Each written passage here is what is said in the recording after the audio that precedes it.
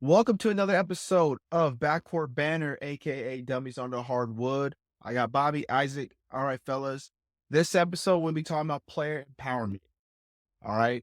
I want you guys' honest thoughts, on player empowerment. But before we even get to that topic, I want to ask you guys one question. When you think of player empowerment, who do you think about? LeBron James, Bron, Bron, Luka, Giannis. Luka, Giannis. Bro, why you look so confused about Luka? Player empowerment. He's a superstar. Bro, what are you I know he's a talking about? superstar, but Bro, you don't get a Mark Cuban flew out to Slovenia to give him a contract. Do you really think that like he's really okay, hold on. Give your definition of player empowerment. That's maybe why I'm confused. a player empowerment basically means the players who run the league and players who, when they attack the rim, the refs are going to give them that call every single time. They haven't been doing that with The, Luka. the thing is though with player empowerment is, like I said, if your name is LeBron James, Giannis Antetokounmpo, Steph Curry, any superstar player, all you gotta do is you just gotta look at the ref, and the ref's gonna blow the whistle. But and the contract. Jokic, Mike Malone flew out to Serbia to give out the MVP trophy to Nikola Jokic a few years back. Do you think that's not? Do you think he just does that to Jamal Murray? Do you think he'll do Absolutely that not. to MPJ? No, but it's Nikola Jokic. This just goes to show you that it's a player-run league. We started off with LeBron James, Chris Bosh, and Dwayne Wade. That's where it really started. When LeBron James decided to make that decision and say, I'm going to take my talents to South Beach, and he took his talents to South Beach, what happened? Won 2 rings, but he opened the door for other players, a.k.a. Kevin Durant going to Golden State. But his move was much worse. Kevin Durant going to Golden Yeah. State. Then you got LeBron, after leaving Miami, go back to Cleveland to team up with Kyrie and a healthy Kevin Love. Because the way I think about player empowerment too is like, obviously, players getting that preferential star treatment. They're gonna attack the rim, they're gonna, get the foul call. Like most notable. LeBron always travels. He always travels. Giannis always travels too. James Harden does it too, right? But I think it's more of like you gotta earn your stripes in this league. You know what I mean? Because in order to get that foul call, in order to get, the whistle blown in your favor, you've got to have some sort of like mark on the league. Like a Luka Doncic, you know what I mean? Coming into the league, nobody knew who the fuck he was, and then he just took the league by storm. He's gonna get the foul call regardless. I feel like too, with player empowerment, it's just a little bit of, I feel like just player empowerment is so dominant because it's a business at the end of the day. You have to understand that. What's going to drive the ratings? Jamal Murray or Nikola Jokic? LeBron? Yeah, ratings are down. Yeah, but what drives ratings? But this is what I mean by player empowerment is players who have control over their destiny. Like we just previously talked about, like De'Aaron Fox. But I wait to see whether or not the Sacramento Kings are going to make a move or not. You didn't hear this back then. Michael Jordan is considering leaving the Chicago Bulls, where he would never, but you never heard that. Nowadays, you're like, I'm going to take a step back and see whether or not. Kobe did it too. But I feel like, as a player, you should be able to choose where you want to go. Right. I do agree from that standpoint. However, But it's gotten a little bit out of hand where you try to join your buddies out in different teams. Yes, and when it gets to become player empowerment, because then we're starting to have these restrictions, like these tax brackets, these aprons, you know what I mean? Going over the luxury tax, all this bullshit. It's like, well, this is what happens when you want like 2-3-star players to a team, right? I do believe at the end that you should be able to control your own destiny. So like when LeBron left for Miami back then, yes, was it resentful? Yes, I was like, what the fuck are you doing, bro? You're with Cleveland at the same time. Now you're public enemy number 1. But at the same time, I'm like, the man wanted to go win. If you want to go win, go ahead and go lead. Go win. You should do that. Right. Yeah. That's just how I look at it. And so when it comes to player empowerment, I think of like being able to control where you want to go. However, I feel like it can be taken too far when it can be abused, like what LeBron's doing with the Lakers. Yeah, but it's just like when you want to go play with your friend. It's like for instance, De'Aaron Fox. Potentially, he may leave. He may leave the Sacramento Kings. May not. But why does he link to the Heat? Because of Bam Adebayo. How does he know Bam Adebayo? From Kentucky. Anthony Davis and LeBron James. Anthony Davis admired LeBron James. And now they teamed up in the 2018-2019 All-Star game. Anthony Davis ends up with the Lakers about a season later. Let's be honest. There's always contract tampering somewhere around. There is, but the bottom, agree. but the bottom line is just that I think that it's not the GMs don't run this league at all. The only GM, in my opinion, who's got my respect is Paul Allen from Portland. When he told Damian Lillard, if you request this trade, you're not coming back. And what happened? Damian Lillard said, hey, I don't want to go. I want to go to Milwaukee. Up too late. You already requested it. That's the definition of a GM putting his foot down and saying, no, fuck that shit. You want to go? You asked for it? You're going to go. We can rebuild and it's fine. You know, I think that this league has gotten out of hand, and I think the NBA pampers these players too damn much. They pamper them up, butter them up, you know, and they're too soft. They're too soft. And you'll see it now in games too, where players are now getting frustrated with these calls because they're not used to this type of officiating where there's actually contact. I didn't know basketball was a contact sport. I don't know. That's just my thoughts on what's going on right now. Yeah, but I mean, when you also think about it too, when it comes to player empowerment, I look at it like, you know, when these players back in the day, like think about like the differences of the conferences, right? The Eastern Conference was dominant about 10, 15 years ago. The Eastern Conference was dominant, right? Because you had the Chicago Bulls, you had the Boston Celtics, you had the Atlanta Hawks, you had the Cleveland Cavaliers, you had these, LeBron was already with Miami. But you have the Miami Heat, you had these different teams, the Indiana Pacers, it was so competitive, right? Because everybody wanted to play and wanted to win. I'm all for people wanting to go out and go where you want to play because I believe you should have the choice. But at the same time, you've got to understand that what's the outcome? What do you want to do? You know, because player empowerment, you know, I think of also player empowerment, I'm thinking about like, oh, well, you know what? I did great the year before. I deserve a contract. I deserve like $100 million, million dollars. Like Jonathan Kuminga, you know, I believe he's a $100 million player? No, but he might believe it. That's great. Believe what you want to believe, bro. But you're not fooling anybody. You're not fooling us, bro. Like at the end of the day, these players just don't understand what the value of hard work is. You know, I think the NBA just really deviated away from what it really was meant to be. And it just lost all of its competitive edge. It's fucking basketball. Put the goddamn basketball in the fucking hole. It's the bottom line. Stop complaining. Stop bitching. You know, but these players, they'll get the calls every single time. LeBron James, you know, Nikola Jokic, Doncic, Steph. You attack the rim. They attack the rim. There's a slight touch. It's a slight tap like that. They're going to call a foul every single time. And it just goes to show you, you know, these players they have over the league, you know, like LeBron James is moving ways with the Lakers. You know, let's just call for what it is. Why did the Lakers draft Bronny? To appease LeBron. To appease LeBron. Let's just call it for what it is. Yep. To appease LeBron James. Don't leave us, LeBron. We'll draft Bronny for you. Hey, look, father-son playing. Hey, let's just call it for what it is. That's amazing. To have your own son play with you on an NBA court, amazing. But the bottom line is, why did the Lakers do it? Because they were scared. The way it was done, they didn't want to lose to LeBron. That's it. And again, that's where I have the issue. You know, I know you guys harp on me for bringing it up a lot, but that's where my issue is. It's like, why can't it just be organic? Why is this that so predictable? Why could I already have said that?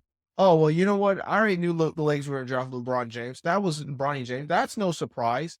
Why are you drafting a rookie that's only giving you 4 points per game? And meanwhile, you got other rookies who are averaging like 18, 19 points per game going undrafted. How does that make sense? Look at Scottie Pippen Jr. Scottie Pippen Jr. The Lakers had him. Lakers had him. No one gave a fuck about him. No one did. And now look at him in Memphis. Come on. Like, I'm just saying, like, it's just too much player empowerment. That's why I'm not all for the hype with certain players, because at the end of the day, We all get hyped about certain players, you know, and they don't pan out. They're like, oh, well, that's a bust. It's like, well, how about we just be objective and take a step back and actually look at the player for who they are and what they are. Like Zion Williamson, not worth the hype. Overrated. Not worth the hype. Overrated. Yeah, he's not worth the hype. I just couldn't Zion care. is way too overrated. Yeah, I couldn't care I don't give a less. fuck. You know, Ben Simmons, Overrated. overrated. I'm just saying, like, we can't sit here and fall in love with the hype. The only person who's actually rated is Victor Wembanyama, you know, from the last few years of the draft. Victor Wembanyama has been probably the only person in my eyes who I feel like actually lived up to their hype, right? But at the same time, it's like, you know, he's not asking for player empowerment. He knows who he is. You know, he steps out on the floor and he's going to play hard. You know, granted, he has his moments where he slips up and stuff like that. But at the same time, he's not asking for all the calls. He's going out there and playing. He's Victor Wembanyama, and that's who he is, right? But at the same time, when you got someone like LeBron James always barking for a call, you got someone like Kevin Durant barking for a call, James Harden barking for a call, SGA barking for it's just getting to a point where it's like, guys, like, who do you think who the fuck do you think you are? I don't give a fuck who you are, bro.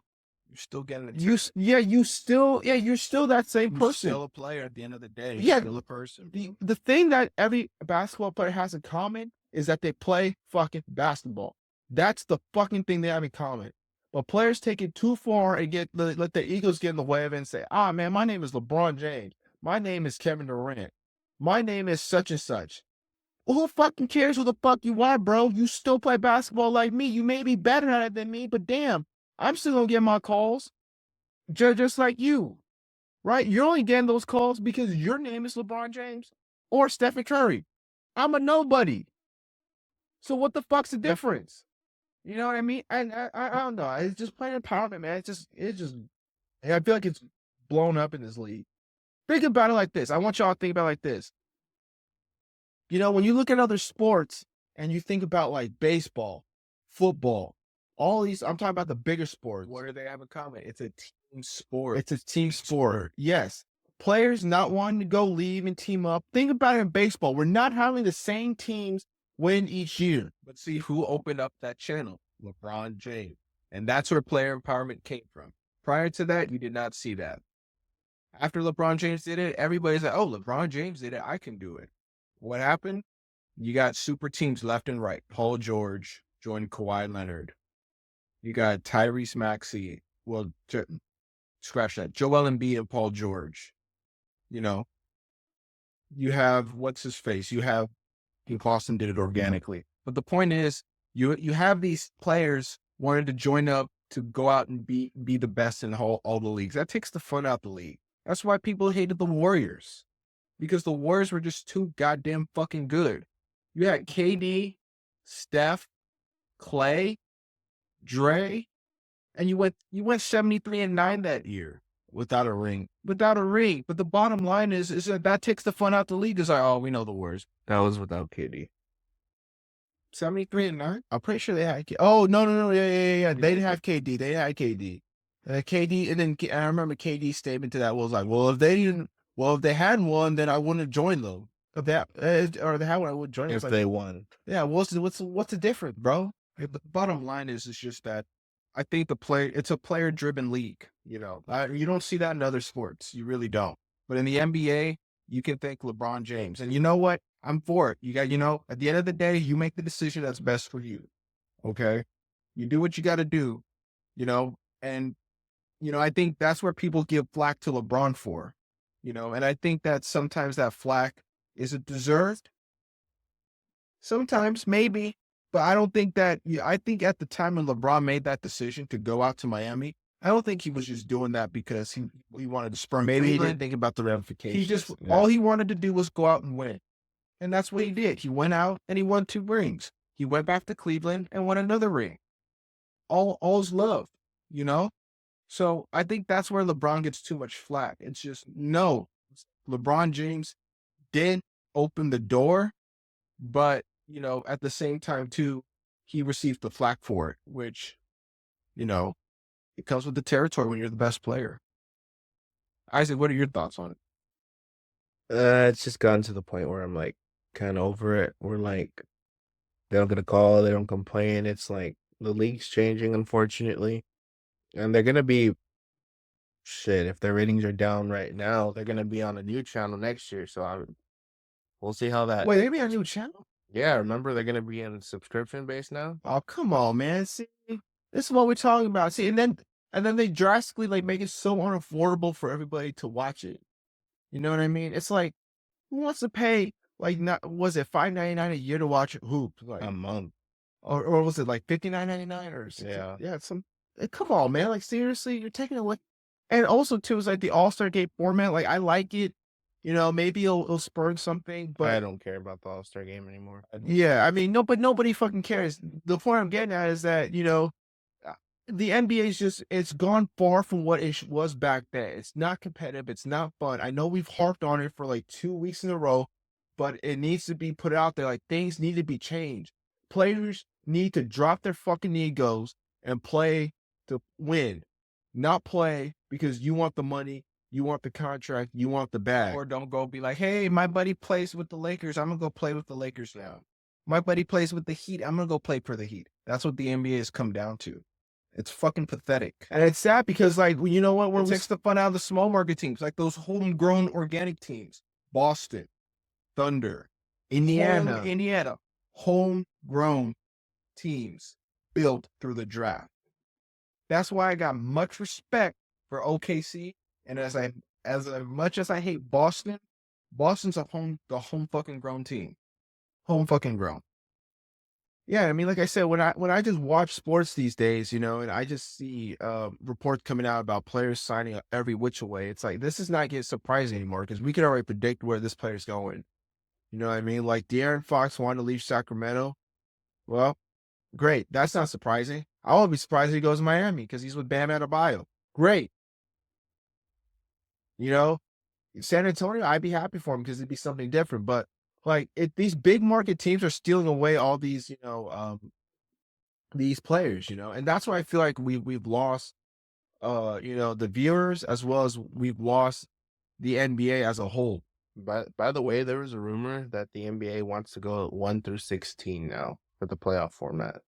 I don't know why. I don't get that. I just think they need to go back to the 1 through 8 format. That's just my. I feel like at this point, fellas, can we all agree that just your decision that you said it's a break glass in case of emergency kind of thing. That's what I feel like. I mean, that would extend the playoffs to what, another 2 months, 3 months? Yeah, if 2-3 weeks. If I was a commissioner right now, I would go back to the 1 through 8 format. I liked it better. I don't like the playing. I don't like it. I don't. I really it's just like the same thing. I hate the fucking cup. I don't. It's just 1 through 8. Keep it simple. You the first. The 8 teams out of the best teams. You guys are in the playoffs. Everyone else, you go home. Bottom fucking line. Let's go back to that and make it competitive. Not this play-in tournament bullshit.